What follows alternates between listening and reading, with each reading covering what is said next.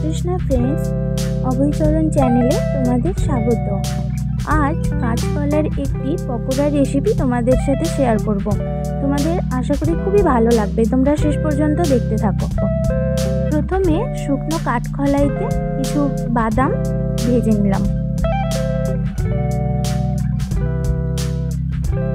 ওদিকে প্রেসারে আলু, কাঁচকলা, বিট সেদ্ধ করতে বসিয়ে দিলাম।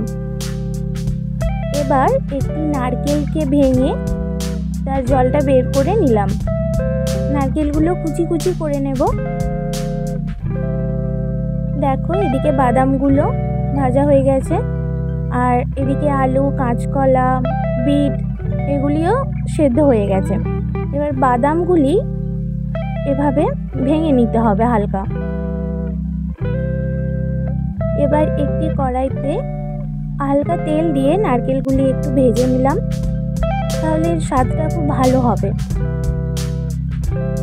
এরপর নারকেলগুলির সাথে ওই ভাজা বাদামগুলিও দিয়ে দিলাম।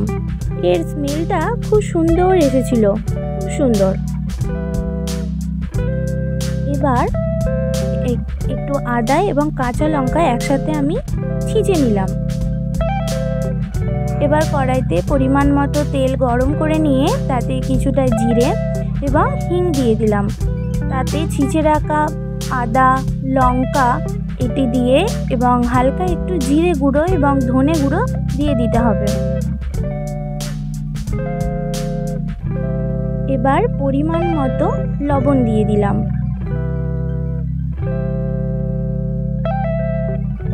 এবার মশলাটি কষে নিলাম, খুব ভালোভাবে কষতে হবে।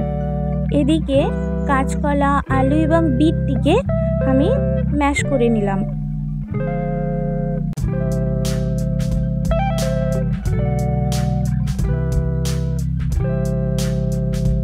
এদিকে ম্যাশ করতে করতে এদিকে আমার মশলাটি ভালোভাবে কষানো হয়ে গেছে। এবার ওই আলু, কাঁচকলা এবং বিট যেটা ম্যাশ করেছিলাম ওটাই কড়াইতে মশলার মধ্যে দিয়ে পরিমাণ মতো আবারও লবণ দিয়ে দিলাম।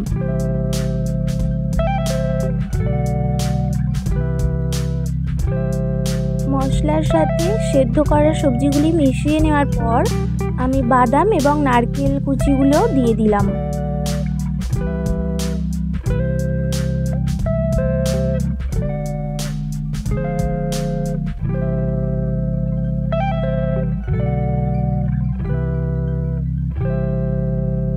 আমাদের স্টাফিং রেডি হয়ে গেছে। 2000 years later. দেখো, এদিকে আমি ওই স্টাফিংটি চপের মতো করে গড়ে নিয়েছি, আর এদিকে আমার গোলনাও রেডি হয়ে গেছে। আর এদিকে কিছুটা শুকনো ময়দা নিয়ে নিয়েছি, তোমরা চালের গুঁড়ি বা ব্রেড ক্রাম্বস নিতে পারো। আর এদিকে কড়াইতে পরিমাণ মতো তেল আমি গরম করতে বসিয়ে দিয়েছি। এবার ওই আলু, কাঁচকলার স্টাফিংটি বেসনের গোলনায় ডুবিয়ে নিয়ে ওই শুকনো ময়দার মধ্যে কোট করে নিতে হবে। তারপর গরম তেলের মধ্যে দিয়ে ভেজে নিলে আমাদের কাঁচকলার পকোড়া রেডি হয়ে যাবে।